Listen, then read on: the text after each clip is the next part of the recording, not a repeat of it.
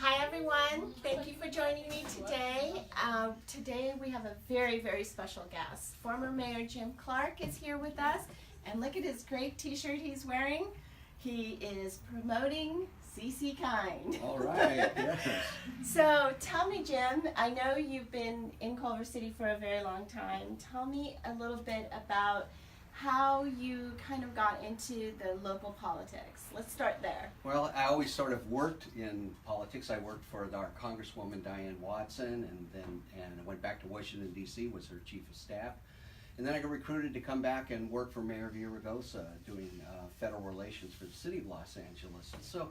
And previously, in a past life, I was chairman of the Democratic Party here in Los Angeles County and secretary of the California Democratic Party. So it's kind of always been in my system. Also, my father was mayor of our hometown, and always thought being mayor was a great job. And so when the opportunity came up, I decided to run for city council. Following in your dad's footsteps. Correct. So tell us where your dad was mayor.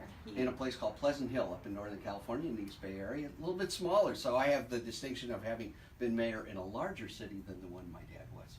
Perfect.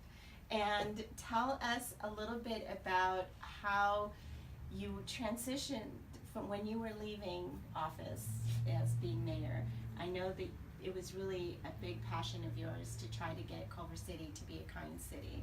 Correct. And I obviously loved your idea because I jumped on your bandwagon. You've embraced it, and we love you for doing that. Absolutely, absolutely. I love it, and it's been one of my passions. So tell me how that came about. So when I was mayor, I went to a conference of the U.S. Conference of Mayors back in Indianapolis, and they had a panel discussion, and the speakers at the panel discussion were the Dalai Lama and Lady Gaga. Oh my. And they talked about creating a city of kindness. And I was so enthralled with it, I came back here to Culver City and convinced my colleagues, of which Jeff, your husband, was on the council at the time, to make it one of our strategic priorities. So we signed up and joined the there's an official City of Kindness movement of cities across the country, and started enacting it. You thought it was a great idea, and through Jeff also, I have the posters that I've seen all around the city promoting kindness. You started the Facebook page and have, I don't know how many thousands of people now every day. Nearly 4,000 wow, now. Correct. Yeah, so that's great. So we're really pleased with it, and want to keep promoting it. And you know, it's such an obvious thing, because what's the alternative? That you get known as a city of violence or a city of angry people. How does that help you attract people from a business perspective, or people that want to move here for the schools? They want to know that we're a kind city. So. Exactly. So we actually have been promoting a lot of this kindness stuff through our rock movement, our rock painting movement. And that's also something that's been around for a while. It's just something that we adapted to our city.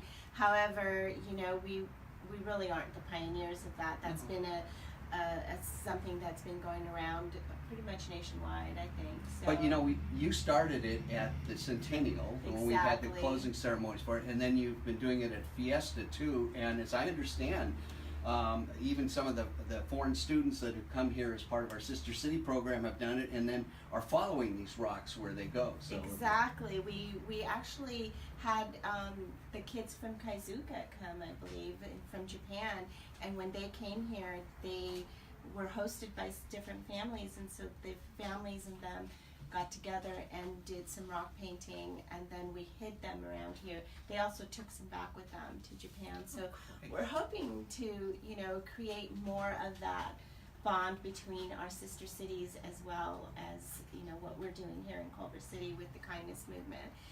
It's been really well received. It's been great. And it's been needed too. It's been needed. And even just the little Facebook page that we have, the group that we have, it's so wonderful because everyone participates, and now it's gotten to the point where we have so many members that everyone's posting on there, and it's not just me posting, which I really love that everyone participates. And I love the messages too that people post on there from somebody's quote or something, a poster they saw, and it's so inspirational too. It's totally so it sort of like gets me off to a good start of the day just by clicking on it and seeing what somebody has posted. Exactly. And so for those of you watching out there that want to know a little bit more about the rock painting, look at our About section on our Facebook page, and you'll see, but just briefly I can tell you, if you want to paint a rock, just using acrylic paints, and you paint it, you put a sealer on it, and then you can hide it throughout our city, place it anywhere you want for someone to find. The idea is that when you're placing it, you're spreading the kindness,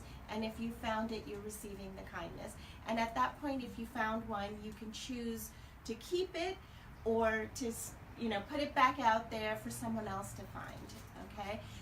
The whole thing about this kindness movement is to spread the kindness. And the more you spread it, the more contagious it is.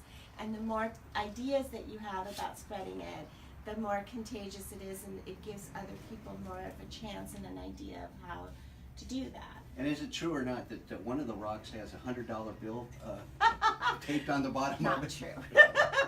You go out and look for it, though. Not true.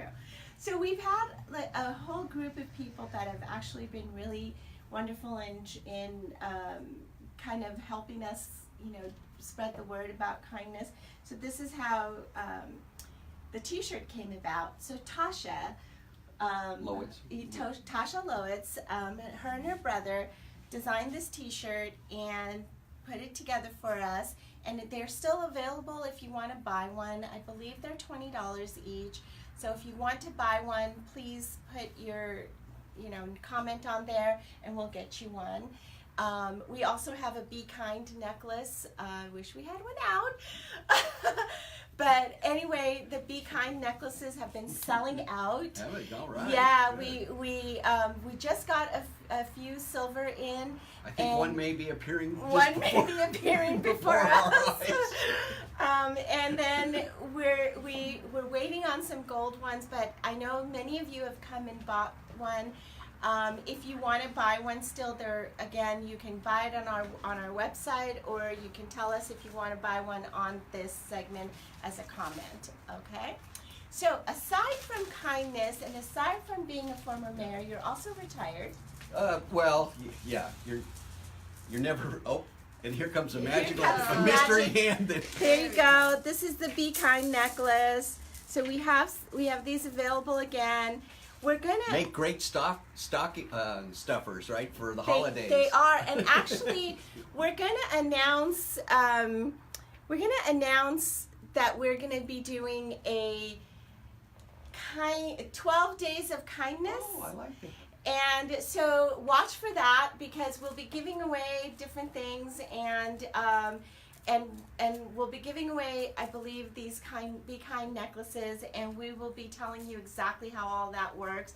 But just a little brief announcement of it right now.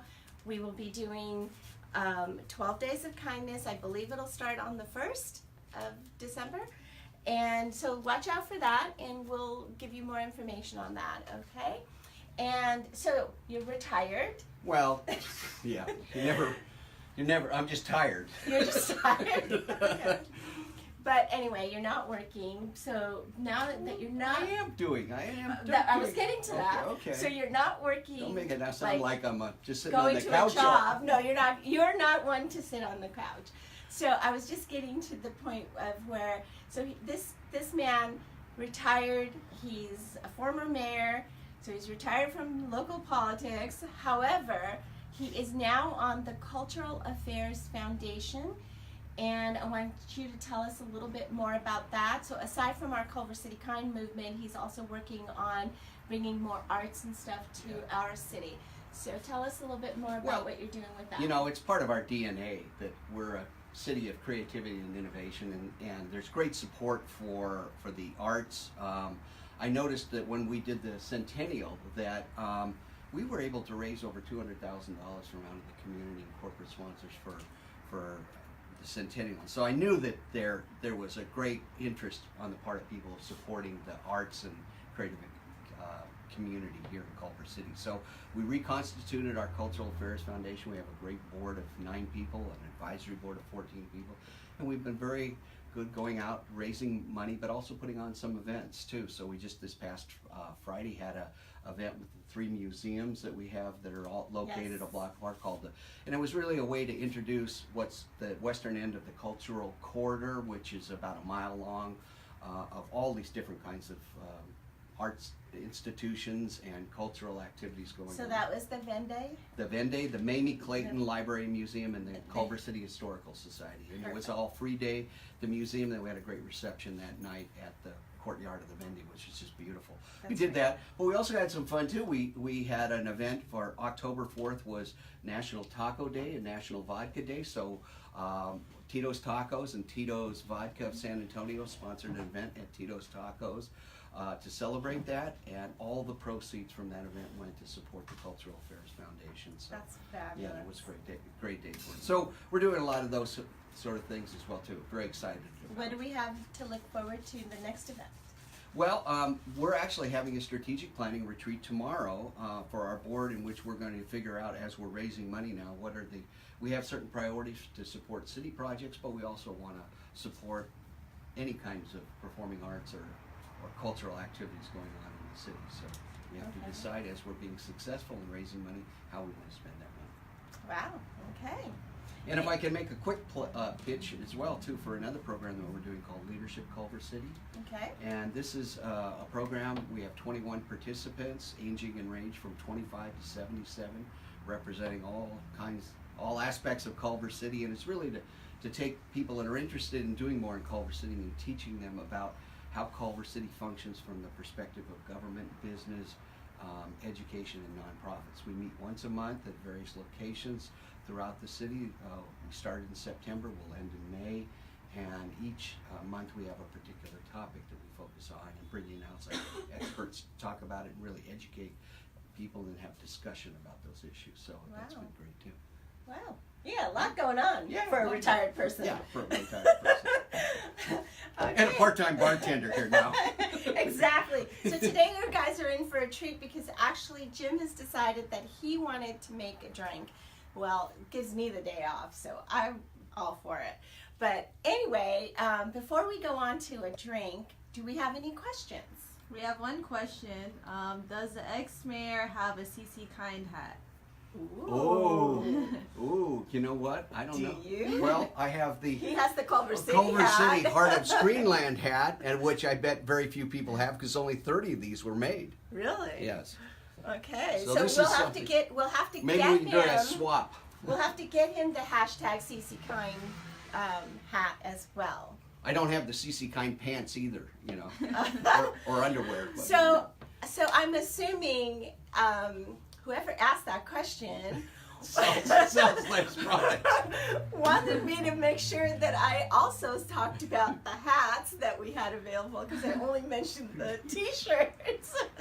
So we have hashtag CCKind hats as well, and they were really nice. They sold out before, so I'm not sure if we got some more in, but please, make a comment and hopefully we can get you one. Okay, they were really nice. They were blue also with the white. Any other questions? We have one. How will you plan to spread kindness this holiday season? Oh, that's good.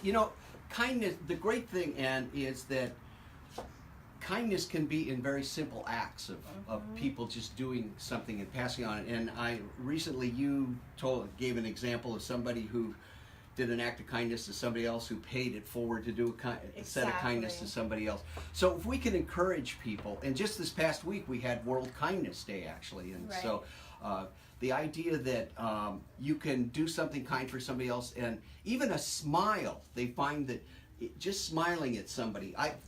Yesterday I was walking and a complete stranger came by and smiled at me, and it felt Brightens your day. it did brighten my Brightens your day. day. It did. Mhm. So It's the littlest yeah. things that even it doesn't have to cost you any money. I mean, sure, you can, buy someone dinner, or, if you go to Starbucks or something, you can pay, for the next person's coffee or anything. I mean, those are great little things that you can do. But even if you don't have that money to spend, you can smile at another person walking past you. You can say hello. And you'll be surprised as to how it's reciprocated back. It's wonderful. And even just the littlest things about when you're driving, just the kindness that you can do. We're all here stuck in traffic at times, so just letting a car come out of a driveway as you're driving by. It's just the smallest little things that you can do possibly, and what it does is it spreads it like I don't know what other way to say it except for that it's contagious. Yeah. But if you do want to do something really in a big way, let me send you my mailing address, and you can send it to me. No, I think that, doing little things are great. You could help your neighbor pull in their trash cans, or, if you have an elderly neighbor next door, make sure you go check on them and see if they need any. You raise a good point. Something like 30% of the population of Culver City is over the age of 65, and 10% of our population is over the age of 90. There's a lot of people that are living by themselves, they're widows or whatever, or widowers, and just taking a time out of the day or whatever to check on somebody, make sure to socialize it, because a lot of times these people are just isolated in their homes, making sure that they're in healthy and sanitary conditions, that they're eating well, that they're socializing, getting an opportunity to talk with other people is something that you can do, just checking on your neighbor. Yeah, it's real simple little things. Any other questions? What is the inspiration behind CC Kind? Well, I think we kind of mentioned the Dalai Lama and Lady Gaga thing. And, when my husband was mayor, we also went to the U.S. Conference of Mayors, and we met several of the mayors. And I have to give a shout out to the mayor of Anaheim. Oh, yeah. Because he created the idea. He did what he ran on it. He ran on the idea of, and I talked to him, Tom Tate, and he ran on the idea of creating a city of kindness out of Anaheim, and they created a challenge for the school kids. Get a million acts of kindness, and they did it, and then the Dalai Lama came and spoke to the kids. Yep, that was their reward. It was amazing. Yeah. And I've talked to him a few times at different events, and he was very inspirational. And so, a lot of what we're doing is kind of focusing on that same type of setup that he did as well. Although we didn't get the Dalai Lama to come and speak to us. Wouldn't that be great? Yeah. Maybe we can make something like that happen for Culver City. Yeah. Wouldn't that be wonderful? That would be. Do we have to do 1 million acts of kindness? Yeah. If we do 500,000, we get the son of Fernando Lama. He's being silly. Any other questions? So a comment, make me an Irish coffee, Clarke, getting thirsty here. Yeah, come on. Who's that from? Come on. My husband? Tell him, why isn't he here enjoying one with us? Tell him to bring his cup over here, and I've got an extra, so I've got enough for both of us. Yeah, exactly. So we're getting ready for Thanksgiving. So I hope that everybody, for me, this is another thing that I can talk about kindness is forever. Jeff and I always, anybody who doesn't have any place to go, we always invite them to come to our house for Thanksgiving dinner. And, that's another time where people are feeling lonely is the holidays. And so it's a good time to really reach out to people and make sure that, somebody who doesn't have a lot of family or can't get back to see their family for whatever reason, that you invite them over and share your Thanksgiving meal with them. It's a simple little, thing that you can do. It's easily been able to offer that to anybody. You can do that easily. Yeah. Very easily. So we're getting ready for Thanksgiving. So today we put out some sort of like autumn feel jewelry. And we have some pumpkins there, and we have a little bit of jewelry that kind of reflects this season, and the colors, all that you can wear for Thanksgiving dinners or parties or whatever you're going to. And don't forget your Be Kind necklace, and those make really good gifts as well. So, and Jim wanted to make an Irish coffee today. So he's going to tell us how to make it. I'm just going to be his lovely assistant, I think, right? Great. Well, the reason is, that we're starting to have the change in the seasons, and it's getting a little bit nippy in the morning and in the evenings. So this is the perfect drink because this kind of warms you up. And the history of this actually was in the 1940s.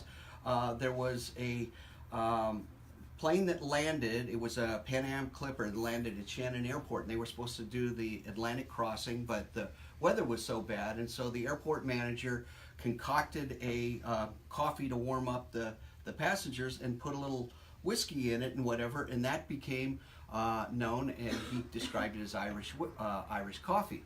A travel reporter from San Francisco by the name of Stanton Delaplane brought it from Ireland back to San Francisco in the early 1950s, and there's a restaurant still in Ghirardelli Square at the foot of the cable cars. I'm sure Jeff knows where that is, called the Buena Vista, and they became the home of Irish coffee, and it spread from San Francisco, and since I'm a native of San Francisco, I thought this is the perfect drink to be able to bring. So it's quite simple, but so I'm going to take everybody through it and do it. So we're going to start, first you're going to start with a mug or a coffee mug or whatever. It's nice if you got one with a handle on it because it does get a little bit hot. We're going to start by taking some brown sugar. You could take 1 teaspoon and put it in right in the bottom. I'm going to actually put 2 in. Just because he likes it sweet. Sweet, they like, yes. But also, what the sugar does is it helps to float the cream on the top, and so that's the reason that you do that. So you don't stir it? Well, no. Then what? No. Then what we're going to do is we're going to add some freshly brewed coffee to this. So I'm adding this coffee to it, and you can do a cup of coffee. 6 to 8 ounces is probably the right amount that we want to do for this. I want to get it up here. Okay, this is a little bit more than that, but we're going to have to share with the crew, so. Okay, so we do that. Then we're going to use, they would take this and first and then stir the sugar with the coffee, okay? And get it all stirred up in there. Then we're going to take our Irish whiskey. Now there's 2 types of Irish whiskey. There's Jameson's Irish whiskey and there's Bushmills. And any good Irishman knows that you use Jameson's because Bushmills is the Northern Ireland Irish whiskey, and it's what the English people will use. So if you want to be true Irish, use Jameson's. Yeah, fans of Jameson. All right. All right. So now we're going to take and Small jigger, little big jigger. Please. We're going to put in about Why did I an ask? ounce to 1.5 ounces of our Jameson whiskey. Jameson whiskey. Put it right in there. Okay. And we'll have this recipe on our blog post as well, so look out for that. Now the key to this is the heavy cream, and I've whipped it up slightly, as you can see here. Now, some people that cheat and use this stuff, and you can use that, but if you use you can see how heavy the cream is, and if you do it, just takes a light whipping. I've got a Vitamix, so it's really great to do it, but you can do it in a Cuisinart, or you can do it the old-fashioned way with a beater. So I'm just going to take this now and take a couple of dollops of this thing, and I'm just going to spoon it on here, and you see it's going to float on the top. That's what's important. So as I put that there like that, it's floating on the top. I'll just do one more because, I love this. Now the whole key to the Irish coffee smells really good in here, you guys. is the fact that you will drink it, which I'm about to do. You drink it through the cream. So you have the hot coffee, and then you're sipping it through the cream. So, and maybe I'll even get a white mustache when I do it. Okay, I've got a little paper towel here ready for you. So everybody, have a good Thanksgiving. Wait, and before we go, is there any other last questions? What does the phrase "it's cool to be kind" mean to you? It means that actually, what it means is that kindness is something that actually makes one be appreciated in a way. I mean, by being kind, you're really setting an example that people admire. And so that's why it's cool to be kind. Who came up with that idea, though? We'll have to put a T-shirt on that, that says. It's been as a meme and as a saying Yeah. all over. I've seen it so much. cool I to really become, like. yeah. I think really I like like too. it. I even made. I went to what is it? Be Mine, the pottery place, Okay. and I made a spoon Rest, holder, uh-huh. rest, and I had it. Kindness is contagious. So There you go. I like that one too. Too. Kindness Yeah. is contagious. Any other ones? Any other comments? Okay, so before Can I keep drinking this? You can while keep drinking drinking. it while you. Okay, before you know it, we're gonna get Jim very drunk here. But before we go, I wanted to give a little bit of a promotional shout out to the Harajuku Top Room, which is located down here on Sepulveda Boulevard. They are having, if you remember, Adam Gutentag, who is the owner, had come on the show about a month ago or so. So he is having his 1-year anniversary Mm-hmm. tomorrow, this Saturday, and he's going to have all these new beers and everything on tap. So go there, make a reservation, make sure you get in, and go there and Tell them Raffia sent you. tell them that Rafi and Jim both sent you. Yeah, Okay? it's good. I've been there. Go yeah. enjoy. It's a great place, and they have tons of beer, the Baird beer, and they're getting some new ones over there. So please go join them and celebrate their anniversary. They're going to have all kinds of fun things going on tomorrow. Okay? And thanks for joining us. Hope you guys have a happy Thanksgiving. Don't think we're going to be doing a show next week, so we'll see you the week after. And we're going to have our sample sale on Saturday, December 1st from 10 to 3 right here in our showroom. So make sure you get a chance to come over here. We're going to have lots of fun things, refreshments and raffles and all kinds of great, wonderful pieces that are going to be discounted as well. Okay, and lots of new arrivals as well. So we'll see you then. Have a good weekend. Happy Friday, and enjoy your Irish coffee. Erin go bra. Bye. Bye.